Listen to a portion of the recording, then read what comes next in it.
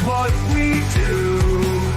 Giggle on, it's gonna be great. Don't be late, let's celebrate.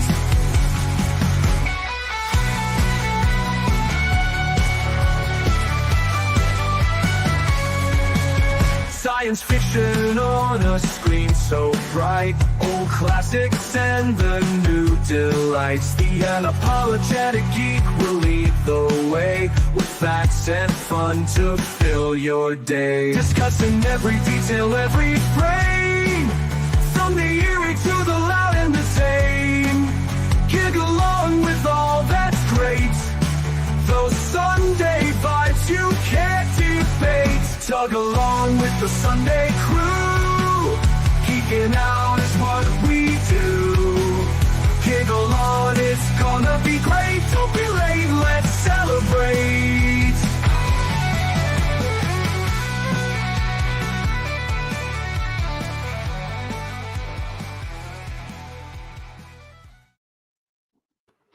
Hi. Greetings, Hola. loyal subjects. Oh, Bonjour. the Burger King is here. Oh, the king is here. Yes. And the Daily Dan blog would like to recognize Burger King as its new sponsor. Thank you very much. So you're BK on the air. Oh no! Name drop. Well, that killed the conversation. All right, I got one too. Oh, I don't think BK like, likes hey. me too much. I've got one out in the living room somewhere. It's on Darth Vader's head right now. I ain't gonna tell you what that one was earlier. I'm more of a Wendy's man. I'll be honest with you. I love a Baconator, man. A Baconator is Yeah, that's my Wendy's is kryptonite. awesome. I could eat those all day. or the pretzel pub burger. Oh yeah, the new. Well, here in the South, it's all Whataburger, man. Whataburger is where it's at. But anyway. I've never actually even been to a Whataburger. Oh my, you're missing out. That's all I gotta say. Never You're been to missing out. Whataburger. Oh, Road trip. I don't know where to come find south. one. Eat a real burger. Just know I'm that in if you Georgia. like Where's mayo a on your burger, Whataburger? they will not put it on there unless you ask. Everyone knows it's Yeah. Indy. Boom, boom. Yeah, Indy is here. Hello, Indy. Channel member, Indy's Boats. Let's see, Jess Carowin is here. Justy. Wim van der Straeten is here. And Vim. Gary Carpenter is back. Or I should have He's said back. Yep. I'll be back. And rest in peace, Sally Kirkland, of course. Oh, what? Really? Yeah. I just heard that this morning. Yeah. I should know who that is. The name is so familiar. What? Whoa, that killed the conversation. Indy, quick, best known for. I've seen her in stuff. I just can't think of anything off the top of my head. Yeah, I recognized her, but I couldn't. I think she's in this thing. Something else. Thing? No, there's no women in the thing. No, not the thing. The Sting. Okay, this can't Oh be yes, right. she was in the Sting. Very good, very good. John Carpenter's The Sting. The Sting. About a giant scorpion. Yeah. Oh yeah,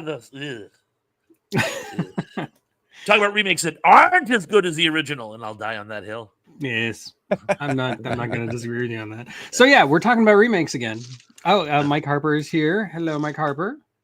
And let's see, Roger Blair, 6778. Mike, Raj, Yep. Mike. She was in The Haunted. She was in the goddamn Bruce Almighty. She was in Bruce Almighty. What was she? His mother?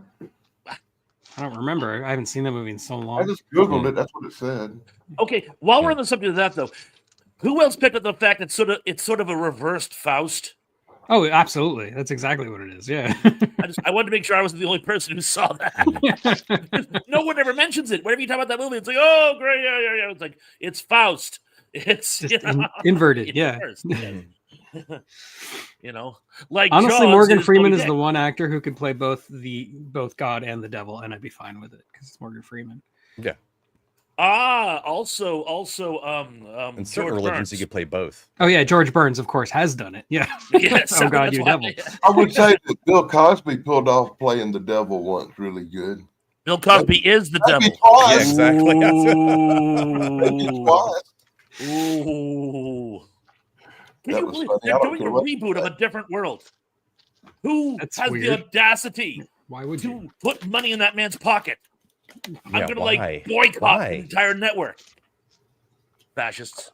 You can't use that word anymore. It's been politicized. Cossacks. I've been Fascist trying has to been remember to use Cossack. It's a little more colorful. Cossacks. Although technically it's Kozak. All the Ukrainians say I say it wrong. Well, that's just because they're Cossacks. Oh my God!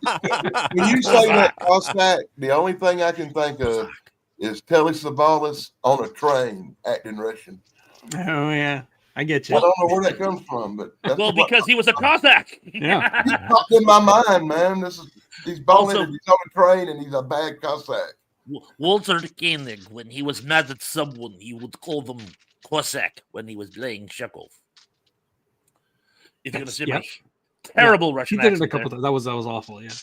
Wow, Yeah, man, it's that's really, a monster really in that bad. movie too. It's coming back to You me. need to work on it. My German accent's a little better, but I got to be in the mood. Of course, got to be in a German mood. Yes. Yeah. Anyway, like I said, we're going to talk about remakes again. And this time, again, it's going to be remakes that are either better than the original or at least as good as the original, in our opinion.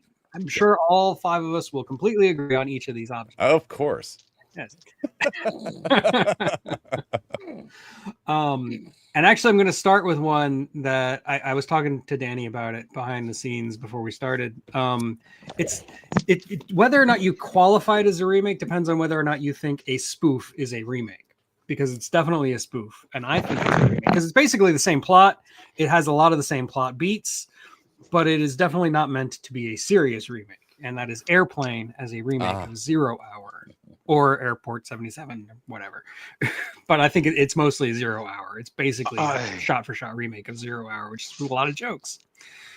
And Airplane, I've seen 0 Hour once, and I don't really want to see it again. I've seen Airplane about 1 million times, and I could watch it again right now and be totally happy. Mm-hmm. It's a great movie. Love that movie. Endlessly quotable. Yes. And we got to give a shout out to the airport movie that actually come in between them. That was probably, to me, better than both of them. But I think Charlton Heston might have been in it. Was Charlton Heston in Airport? I'm not sure. I said he might. He was in one of the airport movies. I can't remember which one. There was like There's 7 so of many them. of them airport movies. They all kind of run together. Yeah. I think it was Airport 80, the one with the Concords. But again, I'm going back many years. Yeah. I've It's only been a seen long the first time couple. since I've seen any airport movie besides Airplane, so I guess that's a big thumbs up. I agree with you. In fact, one of the ones I have actually, it's not a direct reboot either, but I think you hit on something very, very vital here. Sometimes movies are just put in the wrong genre. It's like I think some things simply work better as a dark comedy as opposed to a straight drama or action movie or comedy or comedy is better as a comedy than a comedy. But you know what I'm saying? And there are a few films like that. So I think you're right. I think Airplane became iconic. And while 0 Hour did inspire the airport movies, it wasn't nearly as good as any of them. So I couldn't agree with you more. Excellent. Yeah. Excellent movie. I love that movie. So many lines. And I quote it constantly. And don't call me Shirley. Looks like I picked the wrong week to quit sniffing glue. Looks like I picked the wrong week to quit amphetamines. And every time somebody says start at the Okay, beginning, I I have have to go, just so you first know- the dinosaurs came. Just so you know, don't look at me cross-eyed again because it's Airport. It come out in 1975. It's the serious remake of 0 Hour, and yes, it stars Charlton Heston. Yep. Apparently, Indy agrees with you, so it must be true. You had me. That sounded sarcastic, but I meant it. If Indy Y'all says had it's me true, questioning myself again, so I had to check myself out. I must confess, over the years, they've sort of blended together into one big saga. Yeah.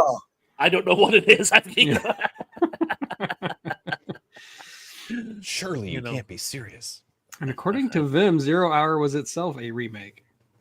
Was it? Huh. Okay, I didn't know that.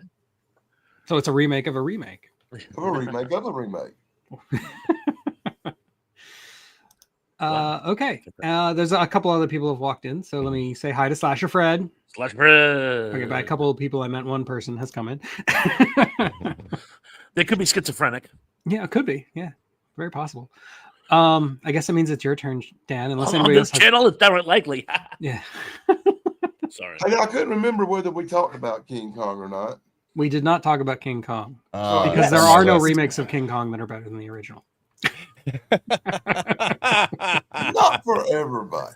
But we can Some talk people- about it. We can talk about I have to I do agree. Like love I the said, when it 70s comes version. to the original horror movies, and I brought this up last time we had this conversation. I brought up Wolfman, Dracula, and Frankenstein as they're just so classic to me that it's hard to think of anything that could beat it.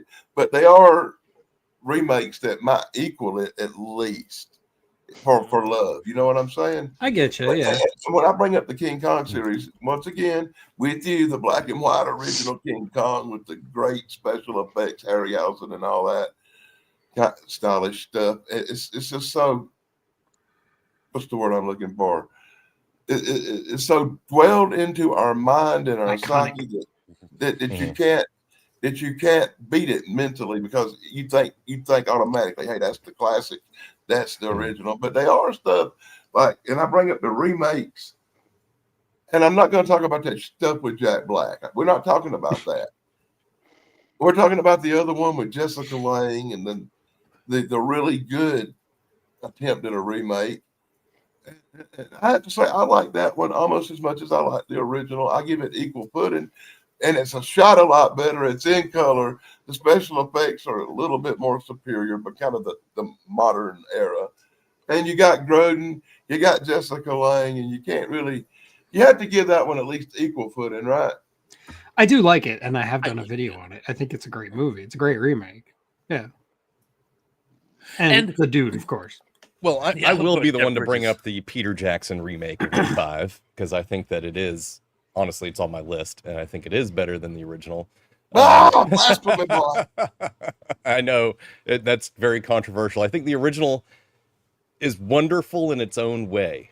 You know, they're almost, it's the same story when you watch the two movies. It's damn near the same friggin' like scene for scene, except for in the 05 Peter Jackson version, they stretched everything out twice as long because it is literally twice as long. It's 3 hours long. But You have to give it. Oh, I'm sorry. Go ahead. I think go ahead. You had something to say? What? I just want to say you have to give it to Peter Jackson. He was really, really Yeah. trying. I mean, Yes, you he could was. tell he loved the He original. A lot loves of King times, Kong. yeah. That was his favorite movie. Ironically, Mhm. the Jack Black King Kong movie I sat through this week, Mhm. and as much as I didn't like the overuse of CGI, especially when that dinosaur rushes down the hill scene, it's just so fake and crap.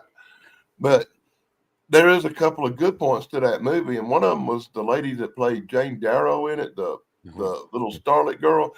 I don't know her name, but I swear that is Naomi one great Watts. Yeah, Naomi Watts. She nailed the Great part actress. so well, especially in Yeah. the beginning of the movie. She really nailed it, boy. I I think, love the I love the scene when she's being chased by the T-Rex Mhm. and she runs right to Kong and she just sort of looks like like, okay, guys, yeah, bring it. It's like adorable. I don't know if she even planned to do it that way or not, but just that sort of look at her face, like it reminded me of the what's the Jet Li movie where it's in the Japanese school and the guys are hassling this really hot chick and she runs behind the Chinese martial artist and she's like, "Ide," because it's like, And the new thing they put in the Jackson movie was the part where she does the vaudeville dance to entertain King Yeah. Kong and stuff. I thought that was brilliant, and it's also the only time I've seen any vaudeville crap in a movie that actually worked. Yeah, I Because I've seen think vaudeville crap in movies recently that does not work, brother. yeah. Go watch The Great Gatsby.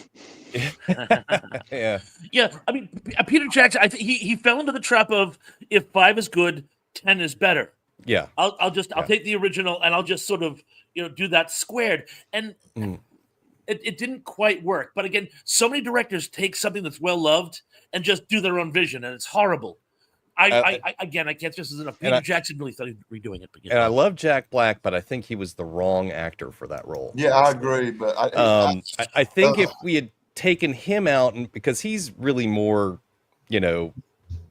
like Three Stooges kind of. Yeah, he feels like stunt casting more than anything else. Yeah, if they put somebody else in that role, I think the movie would have been 2 to 3 notches better.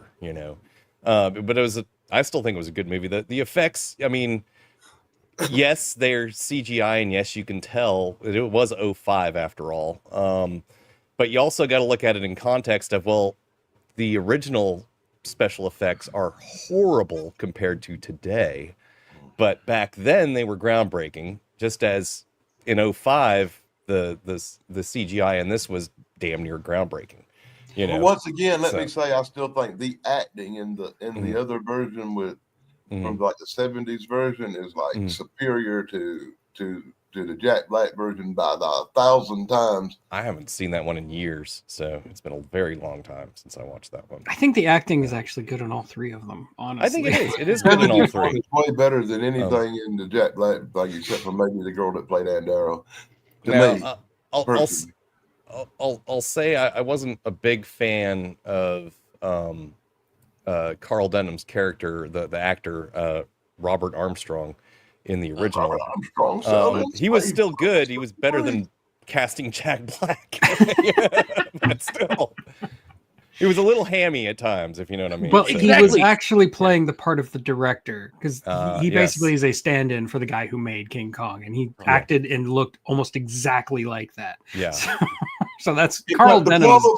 The problem I have with the old black and white movies, and I have this with all the old black and white movies, I'm going to really talk about this in a couple of my later choices for the old black and white versions, is how fake and stiff everybody acts on screen. Yeah. They're acting like they're robots or something, and they're all stiff and creeping along, and it looks so unnatural. And because they had to hide the microphones. Mm-hmm. Yeah, and these microphones were like this, so they had to hide them. So people had to be like this, and I have to talk like this because I can talk into the microphone so they can get good sound.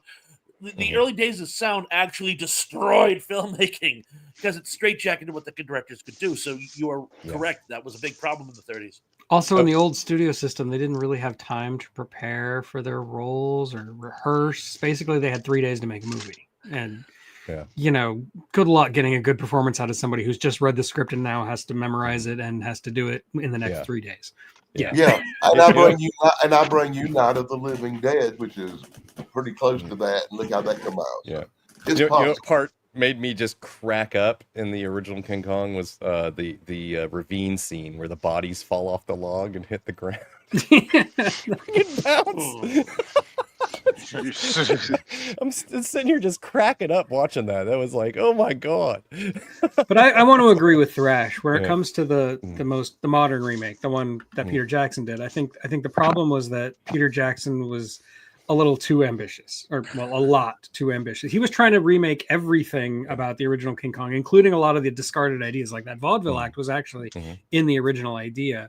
He even remade the spider pit scene famously based on the notes. Peter Jackson definitely proved that he is the world's biggest King Kong fan, and nobody can take that away from him. But the movie is so bloated. It's just it's too long. Too much. It's too way long. Too much. Yeah. They extended every scene too far, if you ask me. Instead of 1 T-Rex, there's 3. And just every scene, it's like they drag it out the entire time. Like half the movie, they're on the island, or more than half the movie. You see, and I think that was great, honestly. Yeah. I think people want to see a lot more of it, and it just brought more to the movie. And I think they should have extended it a little bit more, broke it in half, had 2 parts, one called King Kong Begins, and the other one King Kong Continues or something, and released it in 2 parts. They could have done that. That works so well with Dune. Yeah. Or maybe. But King Kong is actually something people might want to see. Dune isn't something people want to see. I was psyched. Okay, we're going to talk about Dune again in a minute, but it's definitely on my list. We can talk about how disgusting the first one was, or how bad the second one was. We'll get to it. In King Kong, when there's a dinosaur stampede, and you start to nod off during it, It's gone on too long. But And, to wrap and then up they the took King out Kong some of thing, the other dinosaurs me- that they had in the original that I wish they would have put back in, like the plesiosaur or whatever it was, and the Oh yeah, Uh, the Oh or yeah, the coming bron- up out of the water. Yeah. yeah, or was that the brontosaurus? I can't remember, but I don't remember off the top Yeah. of my head. well, there was one Yeah. in the cave, and then there was one in the swamp. So I think Yeah. it was both. yeah, The one in Okay, the yeah. cave is actually from the sequel, Son of Kong, isn't it? I can't one- remember now. Yeah. You're right. I'm It- sorry. I can't yeah. remember. You're right. You are. I'm sorry. I apologize. Well, there was it's the the one in the brontosaurus in the original. water, and it may have been just a brontosaurus in the water, but it may have been a plesiosaur. It's hard to tell. It's in You really black just and see the white. head and the neck, Yeah, yeah. head and the neck come out. Yeah, and then there's one on land that definitely was a brontosaurus, and it's like, why would you be trying to eat people? You're a vegetarian. You know, Unless you're to just wrap mad. up- to wrap up my final thoughts on the King Kong Mm. thing, I will say that I think the 70s version with Jessica Lange, and by the way, she is the best one in that role. Jessica Lange rules.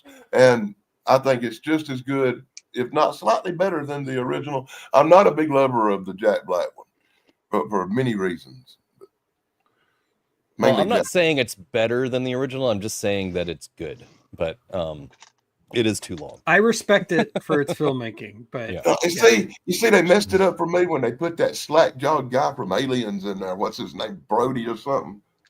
Adrian Brody was never in Hey, I it. cannot stand this guy, man. Any movie he's in makes me want to throw up. I like Adrian Brody. I liked him. He was good in that role in that movie. I mean, he's He's more the likable writer. than the guy who played him in the No matter what 1933. movie he's in, he's a whiny little turd. Okay, Okay. That Moving narrows it on. down. but we didn't mention the greatest King Kong movie of all time, and that is indisputably the 1960s version, King Kong Escapes. I like that movie. It's a great I movie. don't think I've seen I that like one. that movie. It's the Toho movie. It has Mecha Kong in it. Or And Mechanic Oh, Doctor Kong. then I Who. have seen that movie. Okay, yeah, a long time ago in a galaxy far, far away. I watched that. Well, great. as much as I like the Toho It's one of the greatest stuff, movies ever made. I don't think nothing Toho ever done comes close to the original King Kong or any of the American-made movies. Sup, Grogu? Hmm. Yeah. No, I can't agree with you there. Sorry. Except maybe the original Godzilla that might be there, but the rest of them, man, where they make Godzilla silly and he blows smoke and flies and does karate and stuff, man, come on. All right, somebody needs to put a gag on Danny so we can continue. Oh, am I up? Yeah, that means it's you. Thank you. Oh, and one thing I do want to say, Graham mentioned Frankenstein Unbound, the Roger Corman sleeper hit, Yes. and of course, that's actually based on the book by the same name by Brian Wilson Aldiss. And as some of you may know, I do know one or two things about the sci-fi legend Brian Wilson Aldiss. OBE. And yeah, it was a reimagination of Frankenstein, but you really can't call it a remake, I'm afraid. But it's a good pick. And someday I'll tell you again about the story behind Dracula Unbound. But moving forward, I'm going to pick one which I can't believe wasn't already on my list, but I'm going to say it now. It's based on one of my favorite non-science fiction books of all time, All Quiet on the Western Front. I absolutely adore the 1930s version. It's very, very, very well made. But the 1979, 1980 ITV version, made for, I want to say for British television, starring Richard Thomas, is absolutely outstanding, with Ernest Borgnine playing Cat. I guess there was a German miniseries based on it, which I heard was outstanding. I haven't seen it. If anyone has, please let me know. But I'm going to go with All Quiet on the Western Front. You know, that was the number one pick on my list to talk about this week. That was Really? the next one I was going to bring up. Nice. And you did. You practically took the words right out of my mouth, brother. That's exactly what I was going to say. Thank you. Because I actually this week watched both them movies, and the original is so stiff and so hard and so Gary Cooper.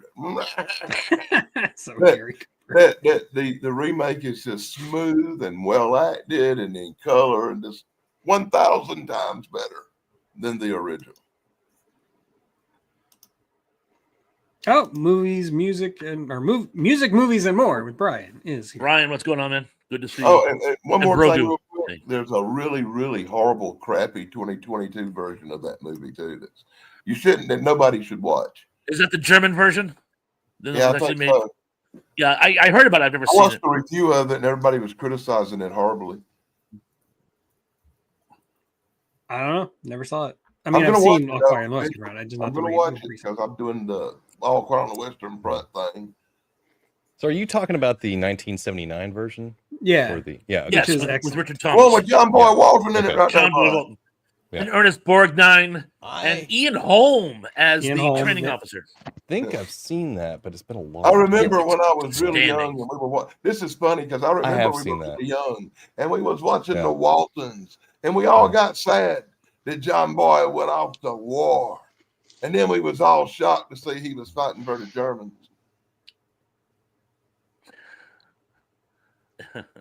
Because the All Quiet on the Western Front come out, and there he No, was. And that's why I was laughing. I got the joke. Yeah, we get it.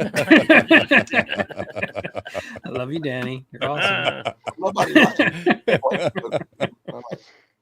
what Milton Berle used to do. No. Yeah, I have not seen the newest version of that, the 2022 version, but I've seen 1979 years ago. That's a good movie. I've never seen the original from, what, 1930? 32, Something. something like that. We'll cut 30-ish. Google He says did. 1930, but I could be wrong there. It could be. I got Yeah. my facts wrong. It is 1930 exactly. Yeah, 1930. So it's I've about World seen War One. 1930 version maybe once a long time ago. But when I think of All Quiet on the Western Front, I think of the 79 version. Like that in my head canon, that is All Quiet on the Western Front. Yeah. I've never read the book, so that's all I've got. I've read it like 6 times. It's one of those books where every time I read it, I pick up something I didn't pick up before. So you're saying it's worth a a watch or worth a read? I think Most definitely. the biggest shocker comes to these young people when they realize it's not about Nazis, it's about the First World War. Yeah, No, first- it really throws people Right, off. right, Damien?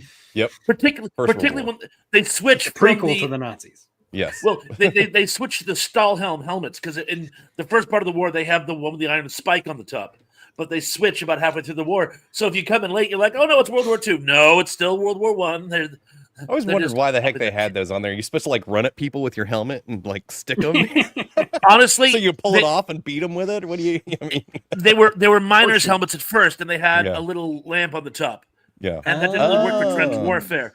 But they thought the iron spike was more intimidating, like the old Turkish cavalry helmet. I thought maybe it was just a phallic symbol or something. They're like, ours is Well, bigger than yeah. yours, you know. Yeah. It can have more than one purpose. And on Much that, like the helmets. actual thing. and on that subject, Damien, you should really watch my new lamp video.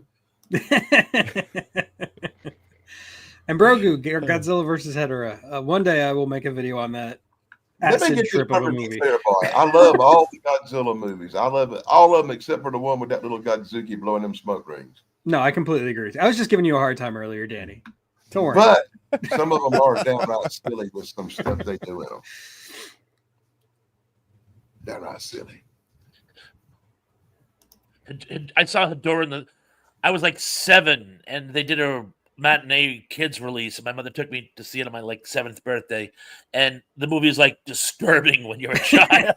I can imagine.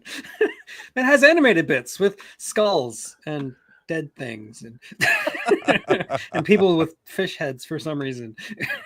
Well, the guy's on hallucinogenics. Yeah, I know. It's Oh, great. yeah.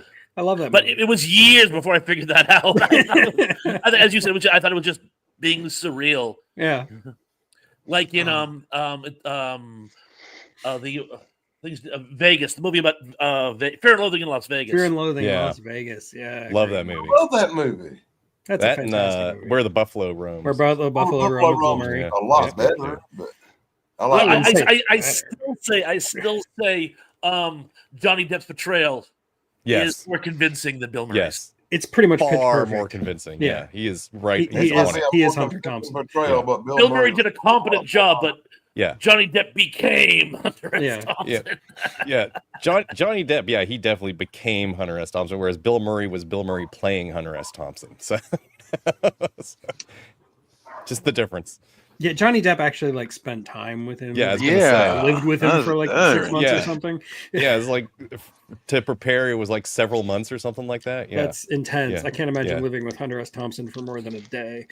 On the edge of the desert. And the drugs began to take hold. Anyway, what were we talking about? All part of the West End Front for some Yeah, reason. somehow this became about drugs and, anyway. Our tangent had a tangent. Yes. So Shane, what do you got? Shane. I'm gonna go with Pinocchio. Pinocchio. Not the Disney one. The Guillermo del The Toro Guillermo del one. Toro one is That's really good. Yeah. That movie bites hard. Like it eats. The movie's dark, Mm-hmm. sick. It's not for kids. Okay, that's not for kids. He made that for us, our generation. But it was like shortly after watching that one, tried to watch the Disney one, and it's just like as soon as the Blue Fairy showed up, it was like, nope. And just what Guillermo did, that stop motion. Yep. Oh, it was great. Yeah. I saw it recently. I saw it like, I think it was about 8 months ago was when I first saw it. And yeah, it is. It's so much darker than the Disney version. It's kind of like you take the Disney version, you take that scene where he turns into a donkey, that scene, which was disturbing as a kid. And imagine like the whole movie is 10 times more disturbing than that scene. And you've got Guillermo del Toro's Pinocchio. It's fantastic. I think Guillermo del Toro should do more movies like that, for sure. I haven't seen his Frankenstein yet, so I can't speak to that. But his Pinocchio was really, really good.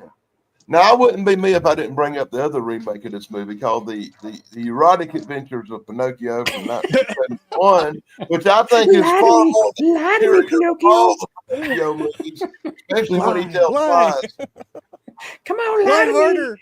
Tell another lie, Pinocchio. Tell another lie, Pinocchio is the best line from a porn ever existed. No, I haven't seen that. I was just making that up. Yeah. I missed that one. Once again, that's the Erotic Adventures of Pinocchio from 1971. Google it. It's real. Now, there are a ton of different versions of Pinocchio. There's like a million of them. But I do think the Guillermo del Toro version is probably the most memorable for me. It really sticks with you. It kind of like gets under your skin and just stays there. There's something about it, and I can't even really put my finger on it. I'm really shitting myself that I haven't seen it. It's pretty recent. I think he only made it a couple of years ago, and it was just a Netflix thing. But there's a Criterion release already that tells you, the kind of quality it is. Well, I love Del Toro. Yeah, the projects he actually finishes. Yeah, when he actually does what he's supposed to do. Yeah. I'm not even. Should I even bring up that creepy part in the original Pinocchio where they're all sitting around the table and that one character is telling another character about the island where they take all the kids to? Yeah. And like Carowin says, the original story is actually pretty dark. If you beyond dark. As most fairy tales and whatnot are pretty dark. Yeah, they were grim, and not just because of grim. Yeah. And so I wonder when he's going to get around to making a movie about the United States. Ooh. Oh. Sorry, I couldn't resist. I do got to watch his Frankenstein, though. But it's only been out like a week, so. Oh, God. From what I've seen, man, you might not want to do that, brother. I'm going to do it anyway. I don't care what people say. If it's terrible, I'll tell you. Like, I don't like Shape but of Water. I got a feeling it's going to be the Halloween Kills, Rise of the Evil Dead Experience Part 3. Well, if it is, I'll tell you. Oh, and since we're talking about Del Toro now, I can't resist bringing up another Brian All's fun fact. Del Toro borrowed from Dracula Unbound when he was conceptualizing The Strain. Yes, he did.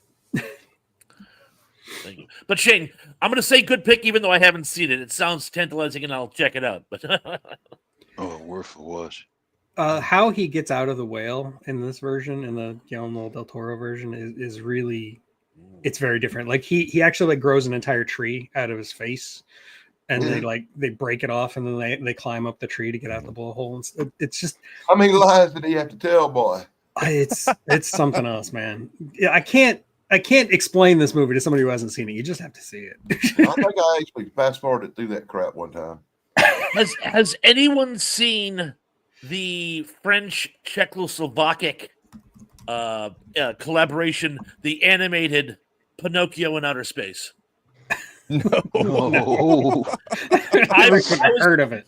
I was homesick from school. We're going back probably 50 years. I was homesick from school, and my mother put the TV on. It was like some midday afternoon movie, and for years I thought it was actually a fever dream because no one else has even heard of it. I actually found bits of it on YouTube, so it actually was made, but no one has ever seen it, let alone heard of it. Apparently, Carolyn's heard of it. Come out in 1965, the same year I was born, brother. And it's pretty surreal. Oh, good Monstro God. was a space whale. Keith E says he's seen it. I feel so much better. Being homesick is how I got introduced to, like, Yes. Japanese animation, because it was the only thing playing on a certain channel that I would actually watch on TV, during the day. So, of course, There were a that's lot also- of movies I saw growing up Yeah. that I thought were fever dreams, but turned out were real. Yeah. Most Don there's- Bluth movies, and let's see, there's- Return to Oz. Yeah. There's this Yeah. one movie I saw that I cannot figure out what it was to this day, and I can only remember bits of it. I can't remember the names of the characters Well, you're in the or right anything. place. Yeah, it was animated, pretty sure Japanese. There were giant monsters in it from outer space, and then giant robots, but it wasn't like it was kind of like Macross, but not. Neon Genesis Evangelion? I have no idea. That just leaped in my mind. What is it what called? time period? Like from what Neon- he's describing, I could name 50 different things. Was- It's got to be I- specific. I opened with I opened with Neon Genesis Evangelion, but that would have been from the 80s, late 80s. There's It would have so been much it would have been Neon Genesis. early 80s or late 70s production. Ooh. So because I was, could have I even was this been was probably Astro this Boy, was probably you know? 1987 when I saw it. So if it was on daytime TV, it would have been several years old at that point. So I think Thrash Oh. may have hit the nail on the head. It might be Neon Genesis. Well, that was a little bit later, but there was another one where there was something called Dynastar in the American version, and I'm going to stay with Neon Genesis Evangelion, but I have another choice when I can think of it. I'll get back to you. it's not Neon Genesis looking at Okay, pictures. good. Then I'll It's definitely I'll not that. work on the other choice. Anyway, But yes, get I back think to I know you. the one you're talking about. Yeah, I'll get back to you. Anyway, good choice, Shane. Now it's your turn, Damien. okay. I am gonna go with where is it? There it is. True Grit. Oh, true good. Oh, True Grit. I saved that one for you. Thank you. I appreciate that. I brought this up before in our talks about Western movies and whatnot.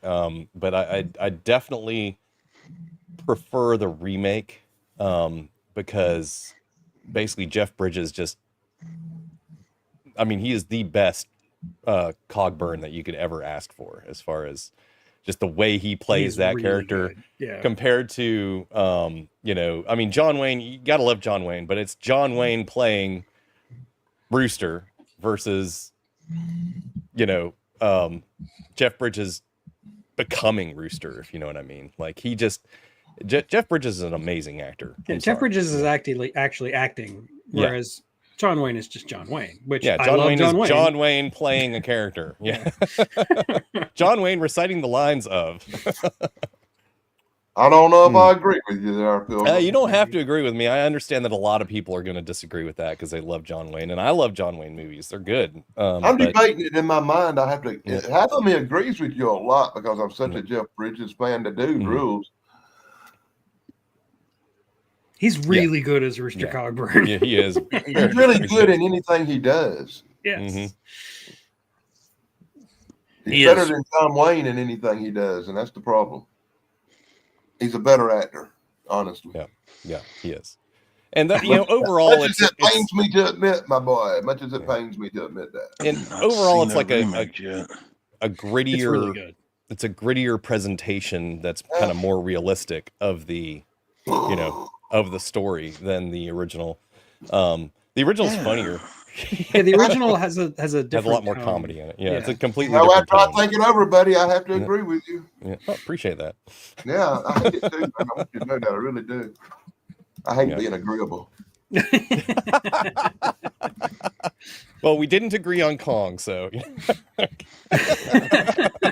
Well, didn't we though? Because I'm not saying it's better. I'm just saying it's equal to. yeah, if that's not- true. it's And the not- True not- Grit remake not was better directed acting. by the Coen brothers, and Yeah. nobody except Indy's going to tell me who directed True Grit. Okay, I know who it was because I just looked it up, but it's nobody you've ever heard of. Henry Yeah, well, Hathaway. John Wayne winning Oscars don't mean anything anymore, man. Yeah, that's true. Oh, but anyway, I just, of the two movies, I'll go back and rewatch the remake of True Grit multiple times because it's that good.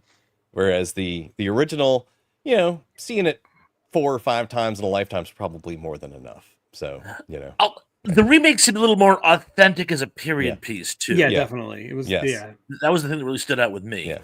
It's grittier, it's more real. It's, they run into more just weird circumstances out in the wilderness, or at least I wouldn't say they run into more. It's more realistic, I should say. So, yeah. I think the original was trying to be more of just a fun classic Western, which there's nothing wrong with that. It's great. Yeah.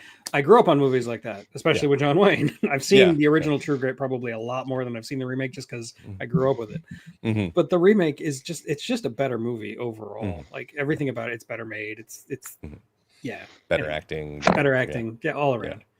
But I do like the way that like parts of it are like almost scene for scene, line for line. Like, it's just, they definitely, it's a definite remake. It's not a reboot or a, readaptation of the source material. It's a remake of the movie. So, but anyway. Damn Just good my choice, two. man. Yeah, Oh, thank excellent choice. You My stirred 2 my bits on mind. that You one. made me think. I hate that. I thought I smelled something burning there, Dan. He had to Yeah. think, he had to agree with you. This is torture for him. He had to say something good. Oh, Yeah, hard. I didn't realize it till I thought about it, just how stupid actor John Wayne really was in all his roles. I and how- love Yeah. John Wayne to death. But I I would do never too, call him a good actor. But Yeah. that once again, that's nostalgia. When I was a kid, I sit around and watch Mhm. these westerns with my grandpa. That was one of the few things he could watch was Flash Gordon, Buck Rogers, and westerns and stuff he grew up. Indy. I love you, Indy. You realize I didn't bring up Matt Damon for a reason on this one, right? And not that he didn't do an okay job in the movie. He played the part, but it is Matt Damon after all. So, No. anyway, Matt Damon. you had to bring it Matt up. Thanks. Damon love. Roger Blair mentions another good remake of a classic Western. That's 510 to Yuma. And Yeah. I yeah. agree. That one's probably I thought it better was- than the original. I thought it was 310 to Yuma. 310 to Yuma. You're right. It is 310 to You Yuma. hit the wrong key there, buddy. I thought It's actually on my list, though. I haven't gotten around to rewatching it, so I'm not. Well, I thought 510 would 510. actually been 1-2 because you have to reduce. Oh, okay. Yes, correct. Yeah. Anyway, the remake was called 510 because it was in a different time zone, boy. Nah.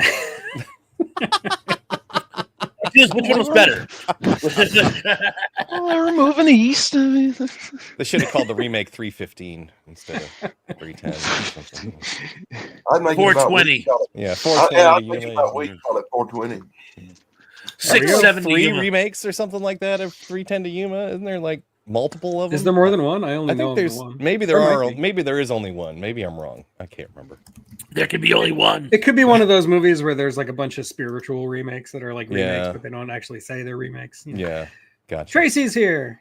Hello, Tracy. And we got Carlos Tracy. X. Hello. Like Bug's Life is actually a remake of Seven Samurai. Yeah, exactly. That's right. It is, isn't it? What? It is. It is. It It, is. totally It is. is. Watch them back to back. He's not wrong. I was in the video store. I had it going to play. I go, oh my god, this is Seven Samurai. Oh, you're gonna make me watch Bug's Life again. Oh, come It's on, not man. bad. It's actually not bad. The animation is good. The voice acting is pretty solid. You got Mhm. Dave Thomas and James Woods. Nope, nope. It holds up. And again, it's Seven Samurai. and for those of you who want me to do last rolls, I believe that was the last roll of Jonathan Harris. You could be right. I'm not I believe entirely it was sure. his last role.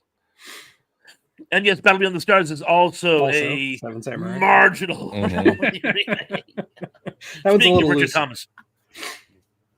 Oh, quick note. Since you said samurai, it took me a minute to realize one of these famous movies, how, everything is Pocahontas, all the movies, and, Fern Gully, Avatar, all that.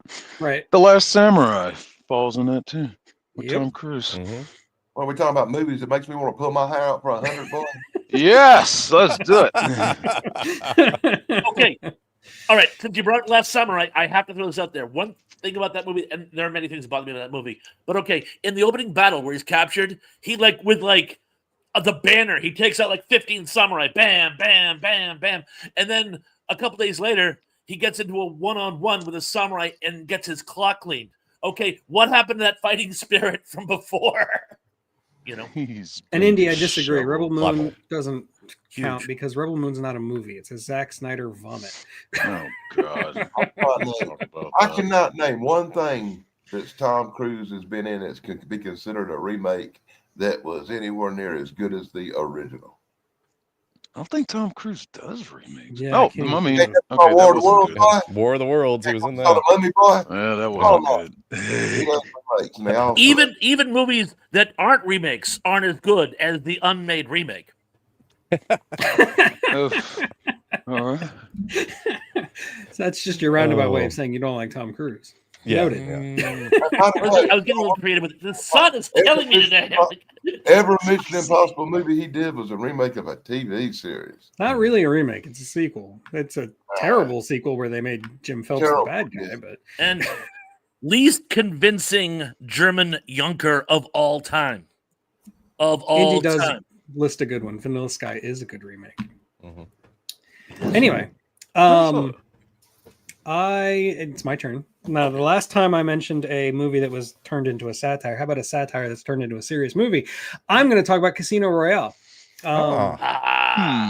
The original Casino Royale with Peter Sellers and Peter Sellers and Woody Allen, and it's a classic spoof movie from the 60s. It's goofy and dumb. It's a sex comedy and it's a James Bond parody. It is what it is. I'm not offended by the original Casino Royale, but the remake of Casino Royale, the serious Daniel Craig version, is one of my favorite James Bond movies, hands down. Oh, it's definitely good. I've even got the I'll poster give you that. right there above my head.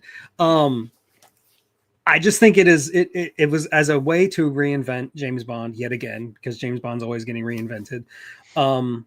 I think that starting at the beginning again with Casino Royale, because they couldn't do Casino Royale before that because of all the rights issues, which I'm not going to get into.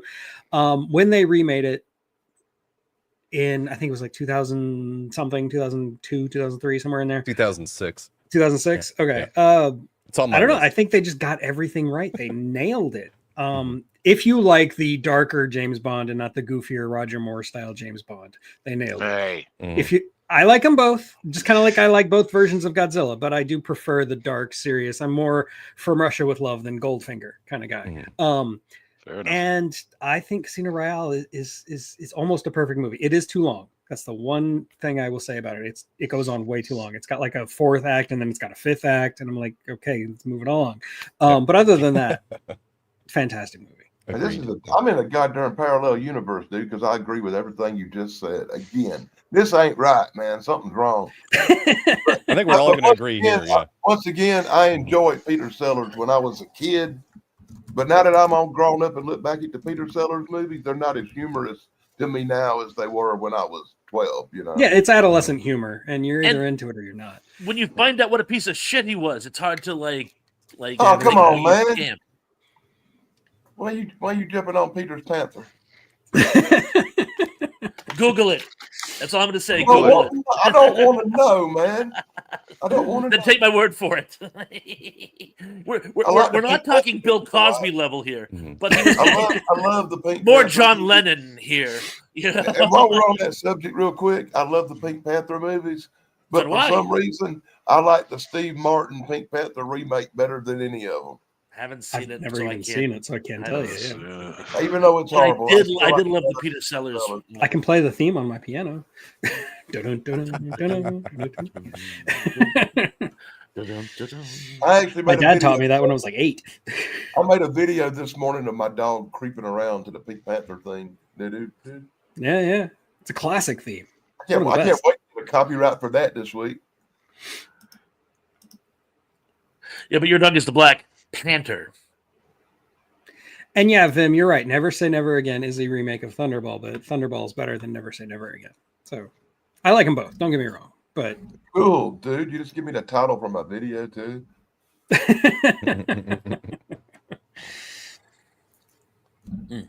but yeah, like I like the original Casino Royale. Like you said, it's not as funny as it was when I was a kid. Like when I was little and I watched it, I thought it was a laugh riot. You know, like all these sex jokes, and I'm like 12. You know, like it's great. But as an adult, it's like, yeah, it's funny, but it's not. I'm not gonna laugh out loud anymore. It's just like it is what it is. It's kind of like how I feel about Barbarella. It was probably funny when I was a kid. It's just not really that funny anymore. Bring up that, wouldn't you? You know, creeping around in these videos.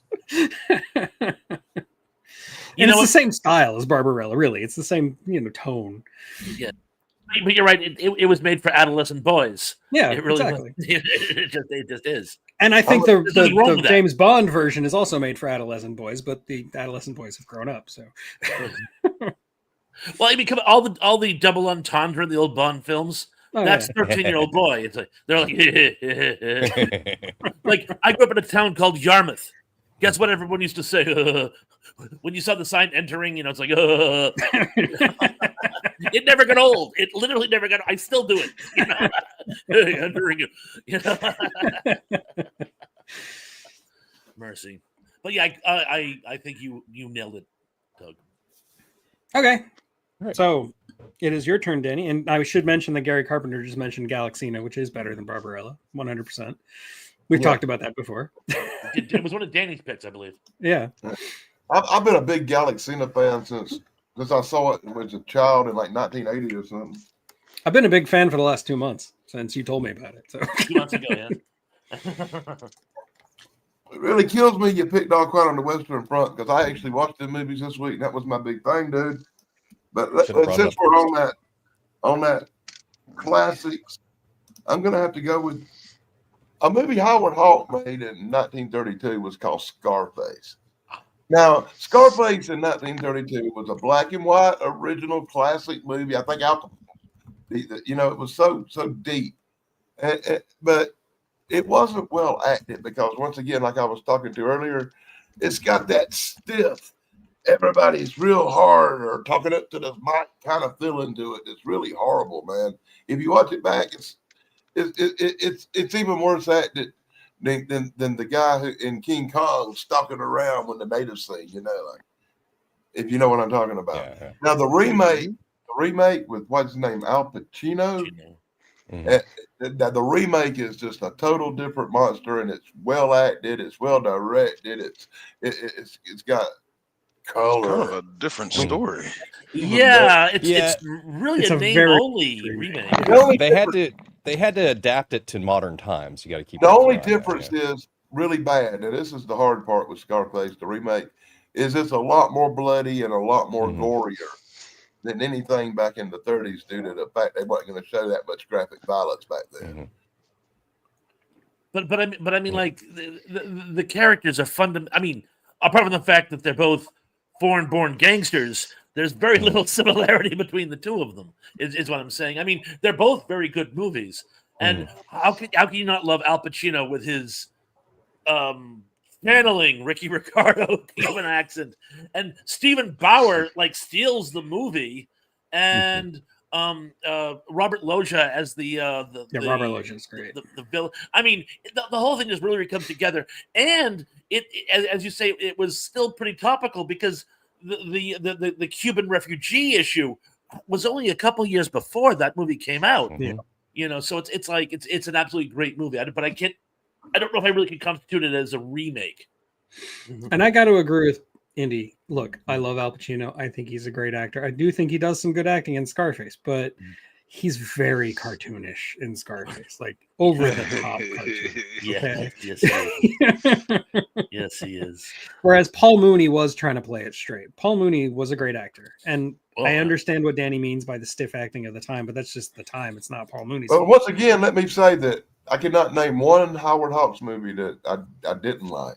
Well, yeah, he's Howard Hawks. He was Yeah. a genius. I Yeah. like all his movies special, but once again, I just think that the way they redone the Scarface, changed the story up, and added certain elements of drama that it was just so much better acted. You could get into it so much better than you could the old black and white stuff.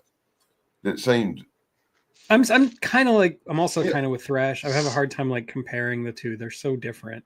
Like they're both Well, gangster movies. Al Capone, you know. Yeah, exactly. But yeah, I don't know. I think it's a really good way of using an old IP and like reinventing it for what was then the modern age.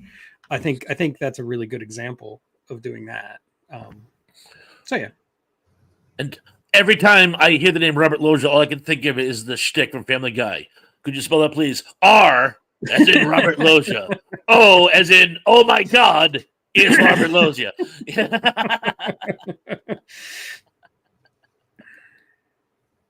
I couldn't resist. I was trying to fight the urge, but I couldn't. yes, and the Untouchables, which had Al Capone in it. Yeah. Played by Robert De Niro, who is often confused for Al Pacino by people who don't know what they're talking about. I was going to say Dustin Hoffman. I'll give you, who might come up a little later, but Oh, you okay. know, If we have time. mercy. Okay, let's keep going. So Thrash, it's your turn. Oh, me. Okay, we talked about movies that may be a conceptual reboot more than an actual reboot, particularly a spoof. So I'm actually going to go in that direction. And speaking of Peter Sellers, I'm going to discuss Doctor Strangelove, or How I Learned to Stop Worrying and Love the Bomb, versus Failsafe, which are virtually made from the same cloth. It's just that when Kubrick saw the script, he goes, this would work so much better as a dark comedy. So he re-envisioned it as just that. But if you watch, and I have done this, if you watch Failsafe and Dr. Strangelove back to back, they are literally the same movie. And the only question is, which is better? I've seen Failsafe on several occasions, including the George Clooney TV play adaptation, which is competent, but I absolutely love Dr. Strangelove and have seen that more times. So I'm going to vote for Dr. Strangelove, guys. Well, I'm going to vote for Doctor Strangelove just because it's Kubrick. I've never actually seen Failsafe. Oh, So Yeah. I can't check really... it out. It's actually very good. It's Okay, amazing. I'll check it out one day. They Sure. both came out in the same year? Year. Yeah. they Wow. did. Okay. There's a story behind that. It's in my gigantic Kubrick Bible, which is like this. Wow, They I'm not- like sell the same script to two different studios or something? Something like that. There was something going on there. I don't remember the Yeah. story anymore. Yeah. There was an anecdote, which I don't remember all the details, so I don't want to do one of my anecdotal history lessons. Did the But there movie was a Failsafe connection. have a different release title? Oh, it's got Walter Matthau in it. And As the Failsafe, villain. yeah. Well, Yeah. as the jerk. More than the villain. Hmm. Oh, I've never seen that movie. I'm going to have to watch that. thank you. Yeah, I only know Thank you. about it because I'm such a Kubrick head. I just never seen it. So I didn't even know there was a George Clooney version. Yeah, it was made for TV. Oh God, probably 20, 25 years ago now, and it's actually really solid. If I say anything about it, I'll ruin it. So, but believe it or not, they're effectively the same story. Okay. In fact, if I ever finally finish my creepy classic on Party at Ground Zero by Fishbone, I will actually discuss the. If you've ever seen the music video, there's references to both Doctor Strangelove and Failsafe in the video. Okay. Well, I will say one thing: Failsafe seems to have an all-star cast, but Oh yeah, Peter Fonda, Walter Matthau, others. Yeah, Henry Fonda. Larry Hagman. Henry Fonda. What, did I say Peter Fonda? You said Oh. Peter, yeah. Henry, yeah. I meant Henry Fonda. And Larry Hagman, he plays an interpreter. Dan O'Hurley. Dan O'Hurley. That's my It's favorite It's actor. got Boss of Hog. yours. I love Dan O'Hurley. You got there, can't go wrong when you got old Boss Hog in your movie. Mhm.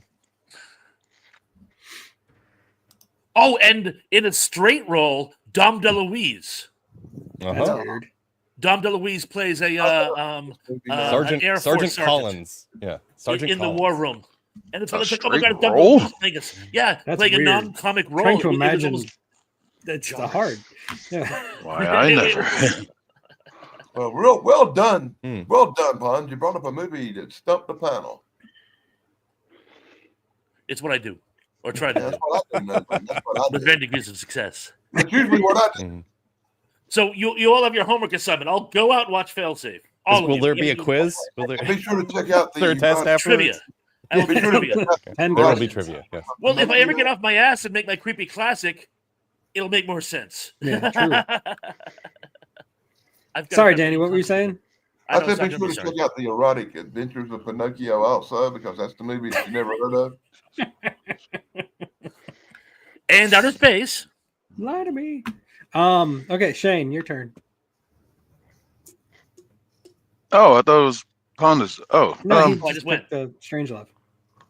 oh, I thought you were piggybacking off of Danny. Okay. You brought up True Grit. That made me think about one. Now, don't get me wrong, the original's good, but I gotta go with Magnificent Seven. Yul Brynner just makes my blood itch some kind of way because I swear that man keeps the same facial expression in every movie he's in. That's why I don't it's so think I've great ever Western. seen him smile, especially like in The King and I. I'm like, maybe he'll crack a smile somewhere. And I think he did near the end. It was like, oh, he can move the muscles on his face. He's one of those actors that when he But- smiles, it just doesn't look right. It looks creepy. That's why he keeps that scowling look on the top. But I Which think play out Denzel more did a out. great. I think Denzel did a great job leading the seven. Chris Pratt, finding his acting legs with his new body and all. Who else is in that? Isn't I Ethan can never Hawke in it? remember Ethan his Hawke's name. in it. Yeah. Yeah. Haley Bennett. It's good. Oh, It's a good remake. The big I'm guy. okay. The big guy. Played. He When played. you say Yul Brynner, bud, when you said Yul Brynner, I thought, He played oh my God. Kingpin. But in you know, the that's why. Daredevil D'Onofrio, series. Vincent D'Onofrio. D'Onofrio. I love D'Onofrio in that. He's just a wild, crazy man of the land. But I mean, I'll give the original its credit because I grew up with westerns, classic, and yeah. my uncle, he's a big Clint Eastwood and John Wayne fan. So I grew up loving them, and grew up watching westerns and like checking out some of these remakes. Like I still got to watch that True Grit remake. Oh, you definitely got to see that. If you like westerns, you got to see that. But yeah, I think they stayed true to the story on what was going on. And of course, the whole not as thing's all a dirty. remake of Yeah, it's a Seven remake Samurai. of a remake. Yeah. Yeah. So But no, I do really like the remake of the Magnificent Seven. I think the actors are all very good in it, especially Denzel. He really carries it well. It's one of his better roles. But it's hard to beat the original. It's such Yeah. a classic. yeah, it's kind of a toss up for me too because the 1960 version is excellent. That's such a good movie. Good movie, good yeah. movie. I just don't like Yul Brynner. Well, I'm not a huge enough. fan of him either. He's Yul Brynner, but hey, He's the gunslinger. Moses. yeah. But it was still a damn good movie, though. It's like, Yeah, how do yeah.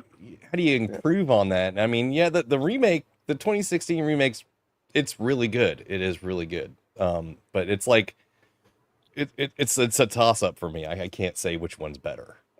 So I got a soft spot in my heart for the. Well, I'm not. I'll be 2016. honest with you. I'm not particularly fond of either one of them movies, but Oh, but everything you said about Yul Brynner only brings up one fact. You have explained why he's so good in Westworld playing a robot. Yeah, exactly. He's fantastic That's- playing yeah. a robot. Yeah. Well, the role was written for him. It was Yeah. like, hey, we know somebody Perfect. who doesn't Literally. move their face. Literally, It it was written for him, yeah. Yeah. It was literally written for him. Michael Crichton had Yul Brynner in mind. Right. And then when he approached Yul Brenner, he said yes. He goes, bonus. Yeah, Westworld around here somewhere. You you could actually say Yul Brynner's stiffless, emotionless performances are truly classic to the old world Mhm. actors who are all stiff and unemotional. And I think Yul Brynner made it work for himself in not only in Westworld, but also even in The King and I, where he's supposed to have a stick up his ass. Yeah. It works. Mhm. I kind of see Shane's point. It's kind of forcing me to rethink what I think about Yul Brynner, but like, I'm not going to say the remake is better than the original, but I will say it is a very good remake. So Yeah, good see, choice. It stands like- on its own. It really Yeah, it does. does. because I saw The King and I first, and it's just like, okay. Then saw Magnificent Seven. It was just like, all right, he's just an angry cowboy. And then saw Westworld. It was just like, oh, he just looks like that. Okay. It's just, Right. That's just the way he is. And Vim, you're so correct. There have been a lot of movies that have used Seven Samurai as a template. I was just watching one last night, The Last Valley by James Clavell. That is it's like a darker version of Seven Samurai set in 30 Years' War Germany. Yeah, I think the Seven Samurai has become an archetype all of its own, for sure. It's been remade so many times in so many different genres. Yeah. Anyway, Keith E says the punchline to the joke is old Yule log. That's funny. The Zany of Glasgow Green mentions The Hills Have Eyes, which I don't think I put on my list, but I think it's a serviceable remake. And okay, Tracy agrees that Yul Brynner was kind of a very one-dimensional actor. And whose turn is it? Mine. Damien. next, Yeah. over there. And oh man, I don't know which one to bring up. Bring up 'cause this'll both. probably be my last one through here because it's already. We're 10 getting after. there, yeah. Yeah, we are getting there, aren't we? I'm gonna go with the better movie. I'm gonna go with The Departed. So, Ah, yes. which is a Never remake saw of Internal Affairs. Infernal Affairs. Affairs. I mean, Infernal Affairs. And I mean, it's like straight up a remake. Like It's very close to a shot-for-shot remake. Yeah, the entire story is remade. Just a few years later. The Departed 06, Infernal Affairs 2002. In 2002, that was I believe it was a Japanese movie, wasn't it? Yeah, it was. It was yeah, Japanese. Yeah. It was about the Yakuza. I saw a few clips of it and I read the synopsis. I have not seen the movie, but I have. from everything I've read, The Departed is far better. But anyway, didn't it win an Academy Award or something like that? It did. Yeah, I don't know if yeah. it got Best Picture, but I know it won something. Probably Best Director for, was it Scorsese? I don't know. I don't And remember. it's set Anyway. in Boston. Yeah, It's set in Boston accent. But yeah, it's just excellent movie. I watched it again last week, and I was like, man, it's been so long since I've seen this, and I should watch it again sometime because it's that good of a movie. So The only reason I think The Departed is better is because it had a budget, whereas Infernal Affairs had no budget. yeah, I mean, that happens though. But Infernal Affairs is a good movie, and Yeah. I really appreciate that The Departed brought it to the Western Mhm. audiences because it's such a good Japanese movie, Japanese gangster movie. But yeah, I think The Departed is definitely the better movie. Yeah. And maybe it's just my Western bias, but I connect more with it. I own The Departed. I've only seen Infernal Affairs like twice. So And I mean, it's got an all-star cast of a whole bunch of mediocre actors, but Marky Mark. Marky Mark's in there. Such a good But vibration. he doesn't play the dumbass friggin' guy from The Happening, at least. Right. What? No. He's not Mr. Whiny Pants and in this movie. In this one he's the hard Boston, guy, just getting on to everybody all the time. With the least convincing German, I'll come in again. With the least convincing Boston accent, that was meant to be a joke. I'm sorry, guys. Cut! But Jack Nicholson in this was excellent. You got Martin Sheen in there. You got Alec Baldwin. Alec Baldwin just made me laugh through the whole friggin' movie. He's just He's ridiculous.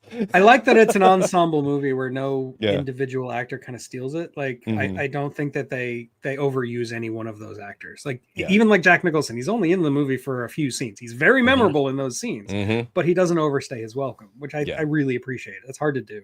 Yeah. Oh, and by the way, that much is true at least. Connolly, who later was helping Whitey, grew up in the same neighborhood Whitey was in, and Whitey would come in and buy him ice cream and stuff like that. He knew Connolly from when he was a kid. So that whole scene where he goes into the comic book shop and is like buying him goodies, that's Mhm. actually how they met. And I thought that was cute that they had that in there. That's cool. Okay, well, I guess Yeah. that means it's my turn now. Yeah, It Yeah. is. We mentioned Kurosawa remakes, so how about A Fistful of Dollars? Which is a That's on my remake of list too. Yojimbo. I love Jimbo. Yojimbo. It's a Kurosawa classic, but A Fistful of Dollars. I mean, to put it in that spaghetti western setting, it's just a stroke of genius. It's one of the it's so good. Just like the Magnificent Seven took Seven Samurai and put it in the West. That's exactly what Fistful of Dollars does for Yojimbo. And Yeah, but Fistful of Dollars done it so much better. Yojimbo's kind of goofy, especially like the scene at the end where he actually like slices the guy and the blood just sprays everywhere. It's like it's cartoonish. It's goofy. Fistful of Dollars. It started the entire spaghetti western revolution. It's one of the most important movies ever made. So it's hard to argue against it. It's an excellent movie. Yeah, both are great movies, but Fistful of Dollars has to win for me because I love Can't it. go wrong so with Clint much. Eastwood. Yeah, boy. Fistful of Exactly, Dollars Clint is Eastwood amazing. West spaghetti western. Mwah, It is. And that was a great movie. the first movie in the trilogy of The Man with It No is. Name. Yeah. Yep. Yeah. Yes, Yeah, because I watched it the other day. It's an excellent movie. Watched it Well- again, I should say. But both chronologically and Mhm. thematically, because what do you call it?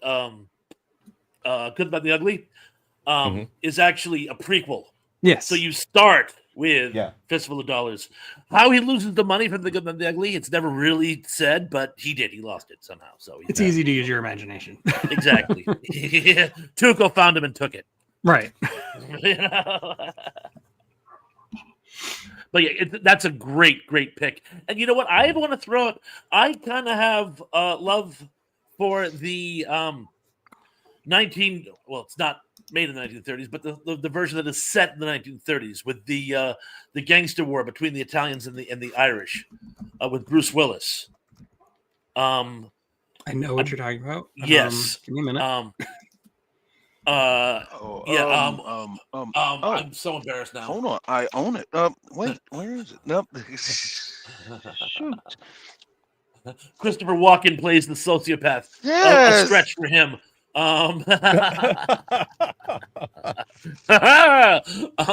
But yes, you know what I'm talking about. None of us can think of it at the same time. This is so embarrassing. Last Man Standing, Indy, I love you. Last man. There it is. I knew Indy would get there. I was about to say the Last Boy Scout. I'm like, no, not that one. That's not that one. Yeah. My brain was doing the exact same thing. That's funny. It's like, do you guys remember? I think it was like from his first HBO special, Robin Williams, where he goes when he chokes on stage and he shows how his mind works, and it's like this guy's like just grabbing tapes and stuffing them in there. That's how my mind works. Like, okay, come on, guys, think. It's like the scene in Everything You Want to Know About Sex, where it's like a war room and everyone's screaming, you know. Guys, one at a time. Sorry, making a note. No, it's quite all right. The Good, the Bad, and the Ugly. Is that a porn film too? The Good and Bad and the Oh, I'm sorry. I'd watch that.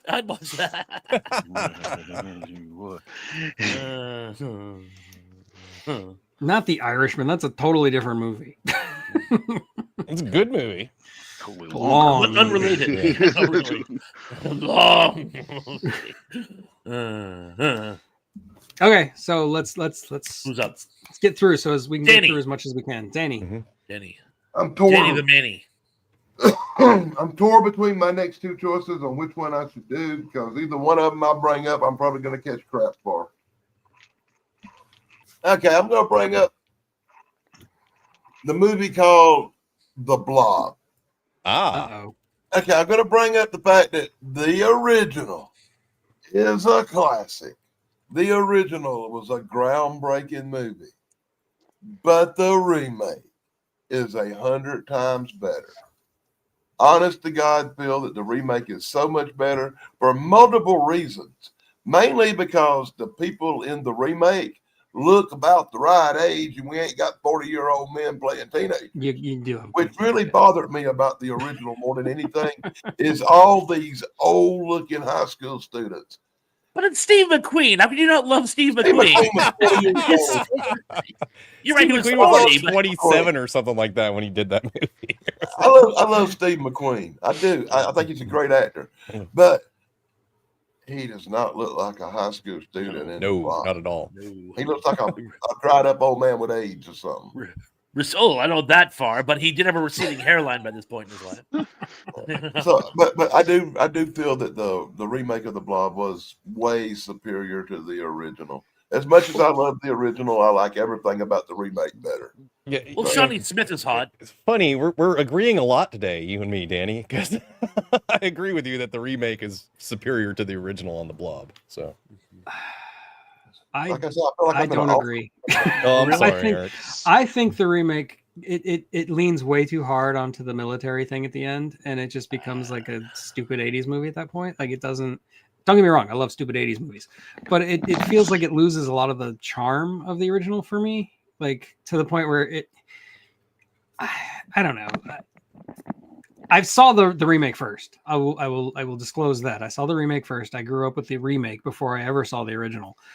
But in my opinion, I think the original is the better movie. The remake has a better budget. The remake has better special effects. But I think the original, it just has, like I said, it has more heart. And I think the script is tighter and more well organized. The characters make more sense. Whereas in the remake, they're just running around. You know, they only do what the plot tells them to do, not what their character tells them to do, and that really bugs me as a writer. Oh, I never thought of that. So, But yeah, none I'm of going that- to Good disagree. points. Very good points. Yes. None of that overcomes the bad casting of the first one. where Well, I everybody- agree. Steve McQueen. I love Steve McQueen. Steve McQueen's great. He's even great in The Blob, but he's not a teenager. It's like you can't convince anybody he's a teenager. But you are right. It almost feels like the remake almost feels like it was written by Stephen King. Yeah. There's a slam on the military complex, the slam on the religious fanatic.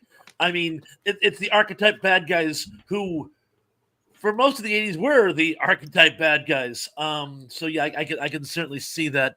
And it also, I think it relied too much on jump scares and gross factor. Yeah, there's a lot of that. But I will say again, that whole like the disposal scene that sticks with you. Yeah. Oh, that was great. Yeah, that's great. And like it comes up and then goes onto the ceiling. I mean, that's awesome. But yeah, you're Yeah. right, Thrash. It's just there for the gross out factor. But I will. That's just my personal opinion. I prefer to watch the remake over the original due to the bad acting in the original, the bad casting in the original,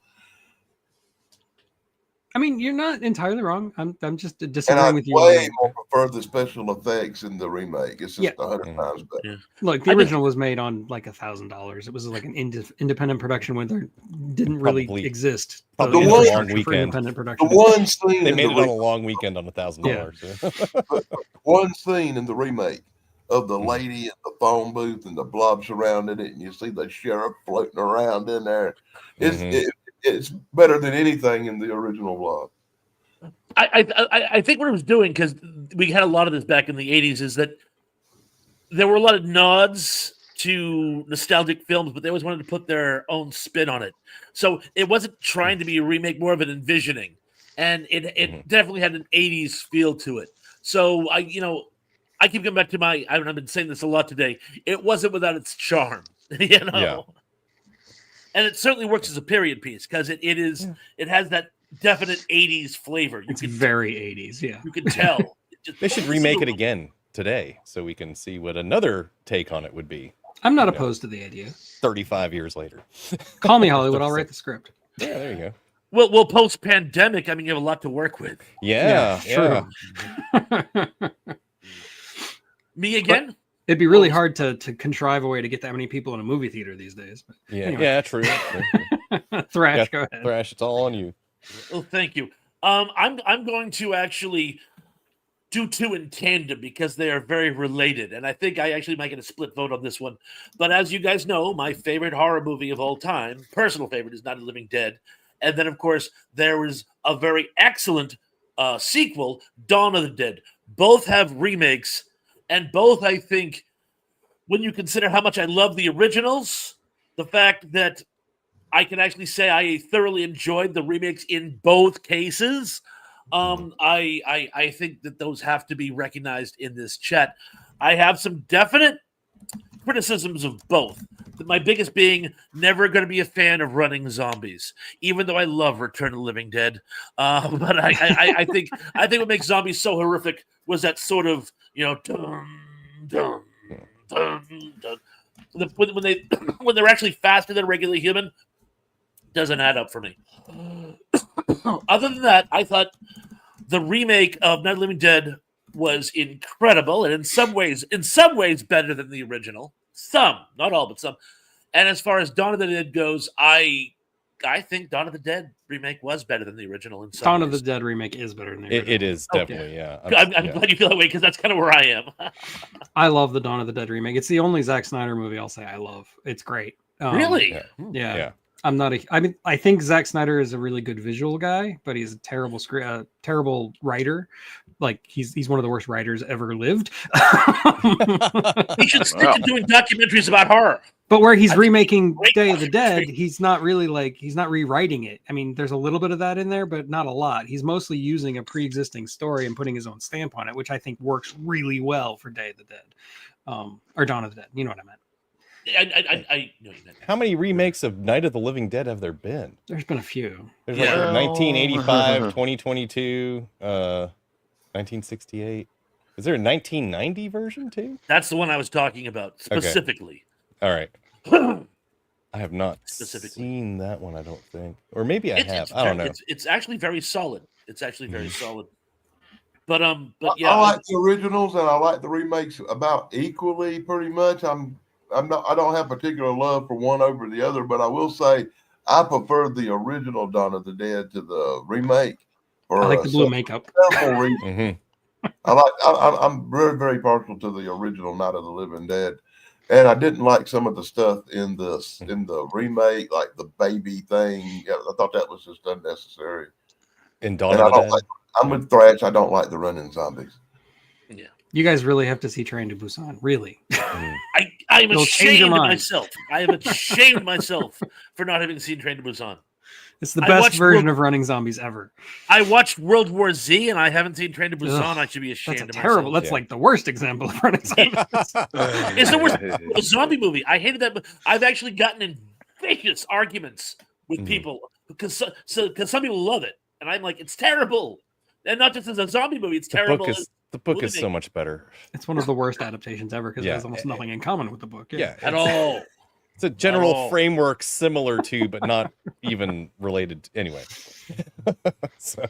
And the acting is deplorable. I don't hate Watchmen, Vim, just for the record. I think Watchmen's good too.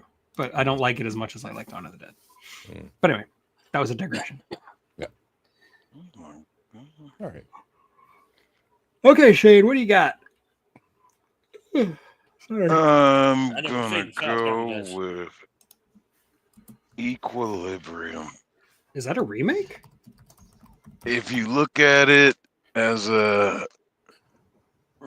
slight reimagination, slight adaptation of Fahrenheit 450. Oh, yeah, I can see that. Yeah. Another famous movie where Sean Bean dies.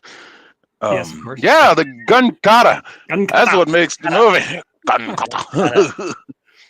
I think more than the movie and the gun kata itself was people trying to apply it in real world physics and like, see, it does work. You go like this and da da da. I'm like, you're gonna shoot yourself. Yeah, it doesn't work, but it's cool. It looks cool. That's what's important. But yeah, like that's another one of those stories we studied in school.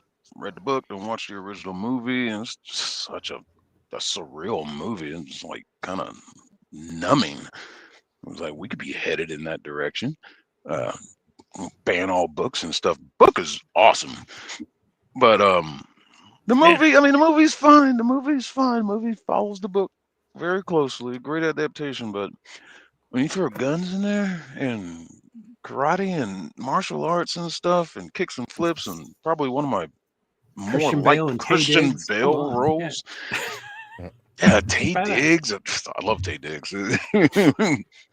Didn't they You can- remake Fahrenheit 451? Yeah, they have a That's- recent yeah. version with Yeah, There's a Michael B. recent Jordan one. or Jamie Foxx.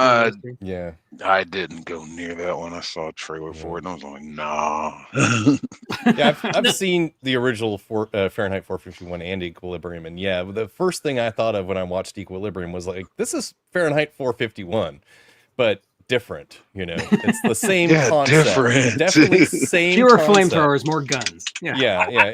I see it as more like an homage Yeah. to the whole dystopian subgenre. It's Yeah. part 1984, Huh. part Brave New World, part Yep. Fahrenheit 451. So it's an amalgam. But I That's do see exactly. Yeah. Right on the. Hit it on the head there. Yeah, that's exactly what I was thinking when I watched it. Was this is like all of the old. what you're saying. Love letter. Yeah. You got some Brave New World in there. You got Yeah, definitely. You got Brave New World in there for sure. But yeah. Anyway, And It's a I'll great give him movie. credit. Yeah. I love it. I'll give him. It's a good I'll give movie. him- It's got really bad reviews, but Yeah. Well, I'll give him credit in It's that not a movie critical because, like, movie. Mhm. it takes a good kid actor for me to Mhm. like them. Maybe see some goodness in a row. Okay, this kicking act. That kid was annoying me at first, and then there's the twist at the end. And the Mhm. kids, Yep. yeah, I know. Like, cool. So the kid's not gonna be a little brat. Mhm. All right, you were with me all along. I like that. Decent movie for sure. Yeah. Okay, I think it's a good choice, personally. Yeah, Oh, yeah, it is you're for right. sure. I enjoyed them both. So, Damien, your choice. Oh, I do get one more. Great. Yeah, one more. I am gonna go with Gone in 60 Seconds. Oh. I know there's people that might disagree with me because I don't like Nick Cage, and I'm not a big fan of him either. But he actually didn't go too cagey in, Fair enough.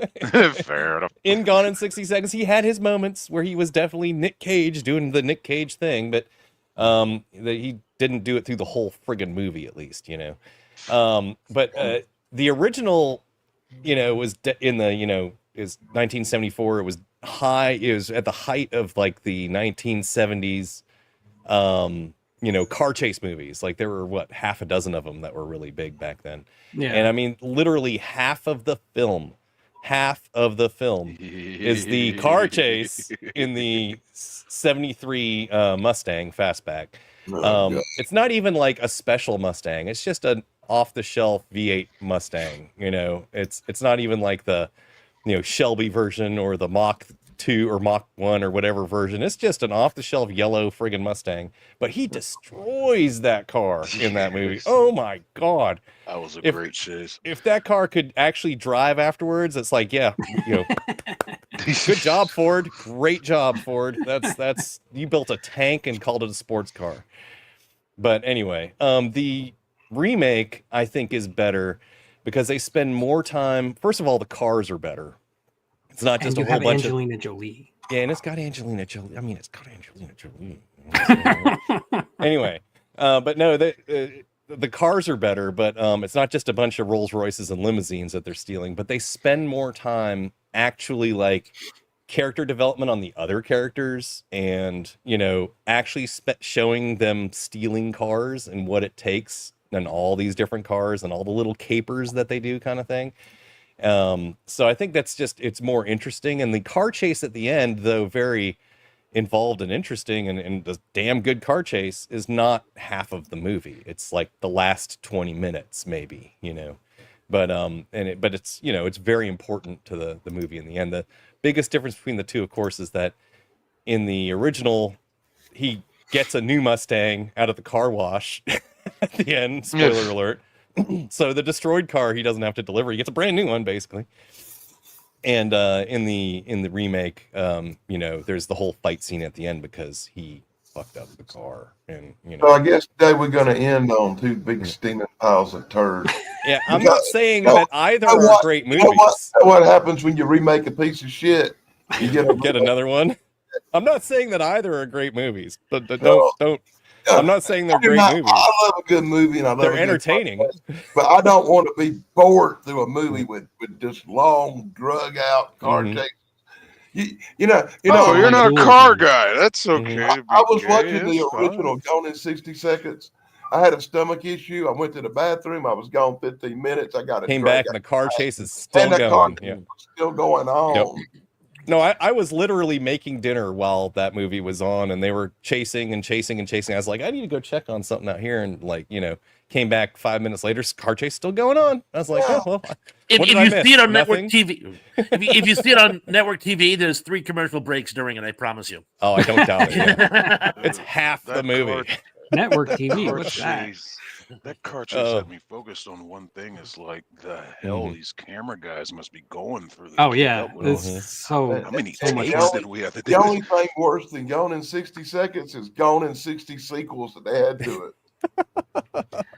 I like both versions of Gone Yeah. in 60 Seconds I for like different reasons. They both do of them. feel like different movies. Yeah, but the story is very similar when you actually look at it. There's different elements to it, but it's the same. But to say something, I didn't like idea. the Fast and the Furious neither. So I'm not a Fast and Furious fan either, but that's just because you of the mean the- types of cars they're using in those movies. But anyway, I'm You more mean of the a Point Break American muscle remake? guy.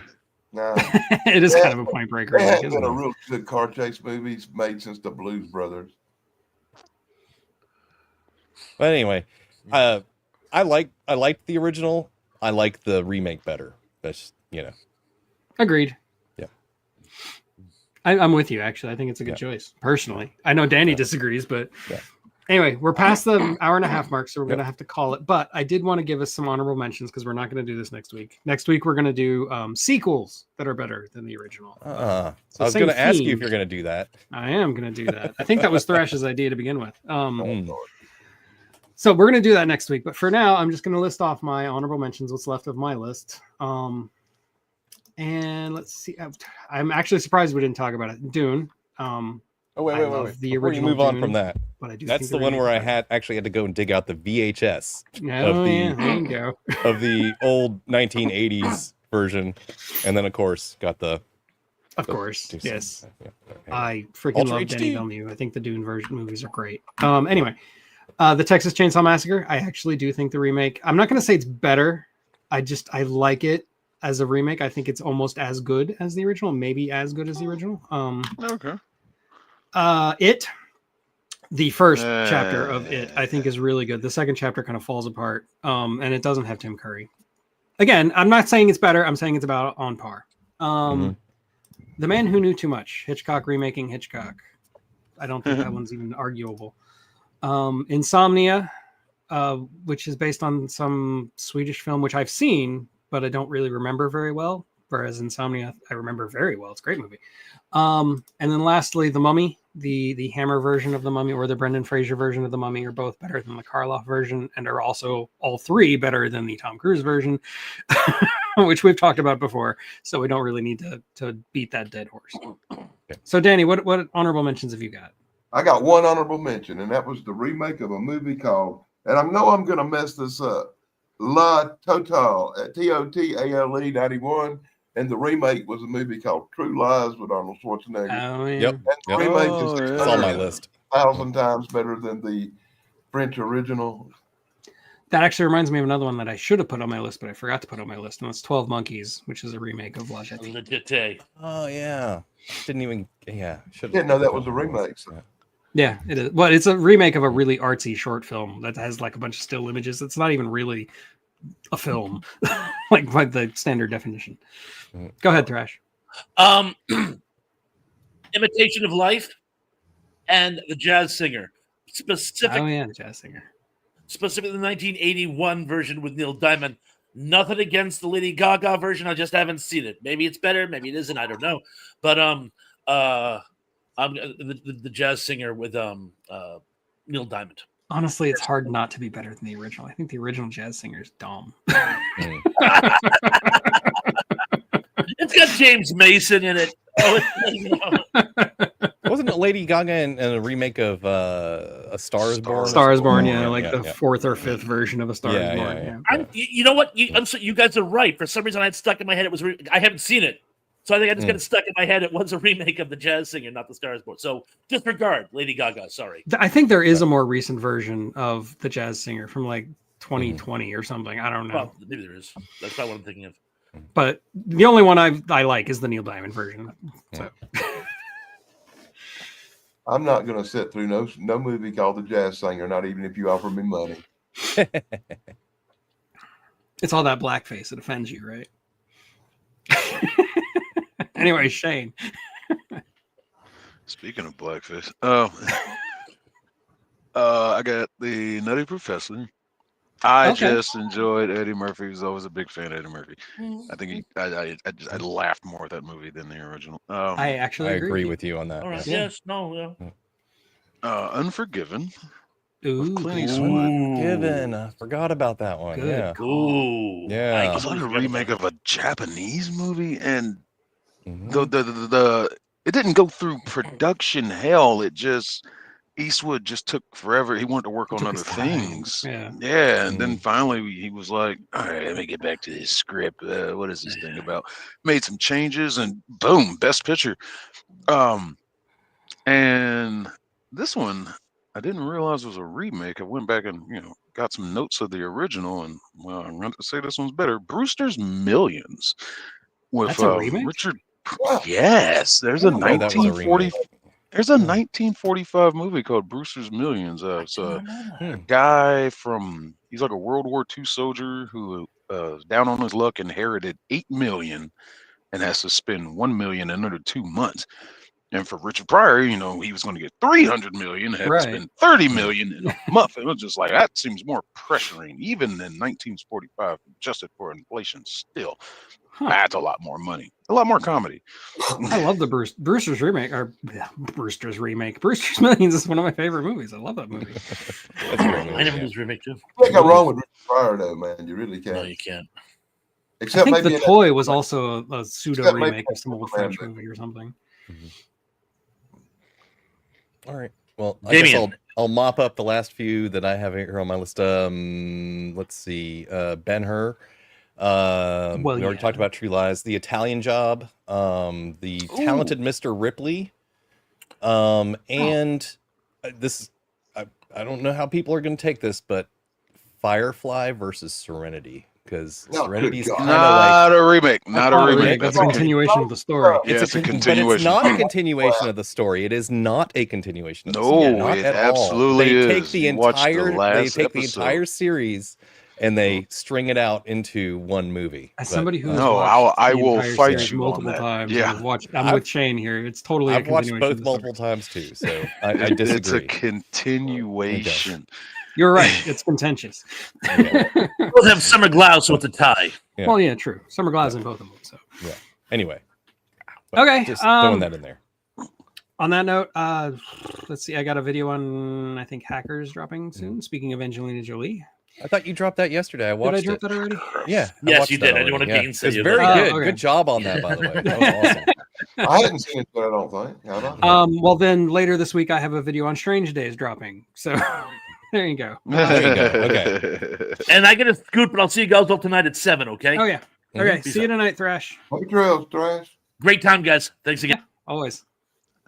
And like I said, next week we'll be doing sequels that are better than the original. Anybody else have anything else to plug? I'll be streaming in about 30 minutes. Awesome. I'll be sleeping in about 45. I Nice. think my family wants to take me somewhere, so No, I no. have things to do. Yeah. I got nothing. That's all I got. So Yeah. I'm gonna hit the button. But All thank right. you, everybody. Thank you all for joining the chat. Happy trails. Thank you and good night.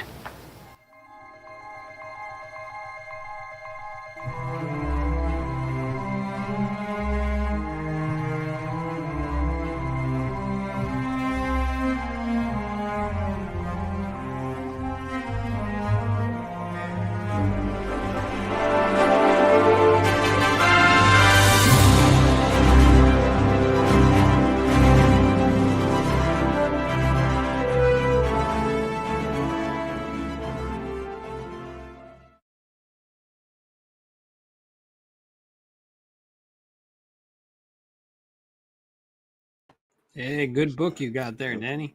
What?